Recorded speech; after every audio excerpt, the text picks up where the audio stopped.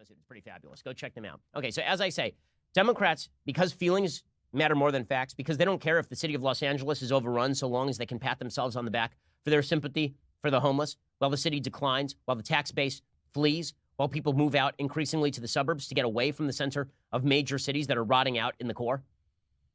At the same time, Democrats are patting themselves on the back because they spend lots of money. Because money that you spend from somebody else, not David Koch, who spent his own money on charity. If they spend your money, this demonstrates how committed they are to a cause. Case in point today, Bernie Sanders has now promoted a $16.3 trillion climate plan on Thursday.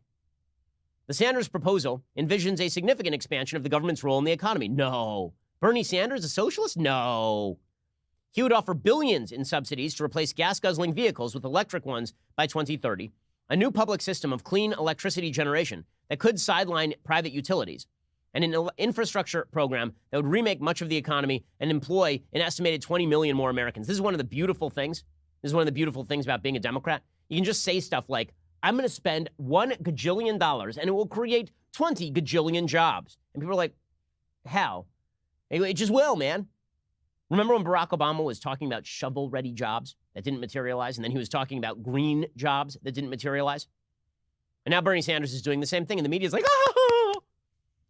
The sheer scale of the effort, which The Independent from Vermont compares to FDR's 1940s mobilization to fight World War II, was central to his message in rolling out the plan. Right? It's a feature, not a bug, that it's going to destroy the American economy and force us to spend trillions. Because after all, we can measure your sympathy in dollars, not your own dollars, and the number of dollars that you wish to take out of somebody else's pocket. It's a beautiful, beautiful thing. Now, this does result in a great irony, which is that when Bernie Sanders is called on it, he's got nothing. So listen to these two clips. This is pretty funny. He was at a town hall event yesterday, and he's talking about how we have to transition away from fossil fuels, which, if you are worried about climate change, then you do want a transition away from fossil fuels over the course of time. There is no way to do it right now. The technology is simply not sophisticated enough. There are certain things that you can do, like we should explore geoengineering, building more infrastructure to prevent against rising sea levels, right? Building seawalls. There are certain things you can do for mitigation. There are certain things you can do to heighten adaptation, making it easier for people to move from particular low-lying areas as sea levels rise, for example. And then there is stuff that you can do to actually mitigate climate change itself. Some of that involves shooting sulfur into the air. That's been explored. This is geoengineering. There's also talk about technological innovation. And it's always funny to me when people say we have to subsidize technological innovation. Okay, well, you know who, the person who wins the race to create an alternative energy source that is even nearly as efficient as carbon emissions, you know what their reward is? All the monies. All of them. If you are the person who discovers nuclear fusion, right, that does not require the heat of the sun. If you are the person who discovers that and makes it cost-effective on a small scale, then you are going to be the wealthiest person in the history of humanity. So that's a pretty good incentive. Nonetheless, Bernie Sanders says we have to transition now. Now we have no choice, right this very instant. It is no secret that we must transition away from fossil fuel, period, end of discussion. There ain't no middle ground here. Right. There is no middle ground. There's no middle ground. Okay, so somebody gets up and they say, well, so there's no middle ground. Why are you driving a car? And Bernie's got nothing. You seem adamant about climate change. Yep. Of course. So what ways would you take to practice what you preach if you were to become president? Because I know it's stressful and you have to travel a lot and you have to use fossil fuels. No, I'm not going to walk to California. All right, look, I understand that. We do the best we can as an example, but I'm not going to sit here and tell you that we're not going to use fossil fuels. Well. But I thought we have no choice. There's no middle ground. I cannot give you even one specific way in which I am reducing my carbon footprint. But it is a war, and we must do something, right? This is the beautiful thing about being on the left. It's a war against poverty, but I'm not going to spend my money on it. I'm going to spend somebody else's money on it. It's a war against climate change, but I am going to continue to fly my private jet to Iowa and out of Iowa. And again, sympathy can be measured, according to Democrats, in how many dollars from somebody else's pocket you spend. So you get Bernie saying this. People are telling me, Bernie, the plan you just released to combat climate change is expensive. And you know what? They're right. It is expensive. But the cost of doing nothing is far more expensive. Yes, this is always the easy thing to say. right? The cost of doing nothing, it turns out, until you reach about 2.5 degrees Celsius in global climate change, actually, the cost of doing nothing is less expensive.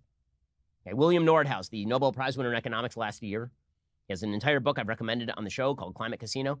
He does not reject climate change. He does not reject that the climate is changing, and he actually believes in a carbon tax.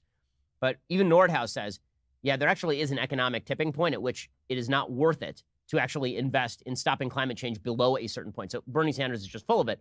But again, it's about people's intentions in politics these days. It's not about their actual activity. This is how you, but here's what's hilarious about this. The DNC recognizes that this is an argument for a very, that the worst thing they can do is pitch their climate change plans in public. They're fine with pretending that they care deeply about these crazy climate change plans put out by AOC and Bernie Sanders. They don't want to talk about it publicly. How do we know this? Because a committee within the DNC on Thursday voted down a proposal for a debate focused on climate change. The DNC resolution voted against the measure, though a resolution calling for a climate change debate could still be considered for a vote by the full committee on Saturday. The committee defeated the resolution in a 17-8 vote. So remember that time that every Democrat said this is the greatest crisis in the history of humanity?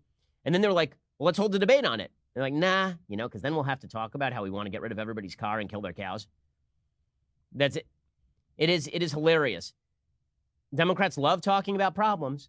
And then if somebody proposes an actual solution to the problem, then they get mad at the solution. They say the actual solution to the problem should be feelings. Feelings. Just change the language. Make it so a convicted rapist is not a convicted felon. They're a justice-involved person. Make it so that a homeless person sleeping on the street, you have sympathy for them, so much sympathy you're going to allow them to loiter in public and pee in the gutter and do drugs on the open streets and defecate. That's sympathy right there. And if you say that you want to clean that up, you want to arrest people who are loitering, that you want their garbage to be thrown away, because it is, in fact, piles of garbage. If you suggest that there have to be consequences, that people who are mentally ill and living on the street need to be put in a place where they can be taken care of, if without their permission, if they are seriously mentally ill, because many of these people cannot actually make intelligent, rational decisions. If you are a schizophrenic, I have schizophrenia, and my grandfather was schizophrenic. Okay, that is not somebody who's capable of making rational decisions. If you say that, like, oh, you're unsympathetic.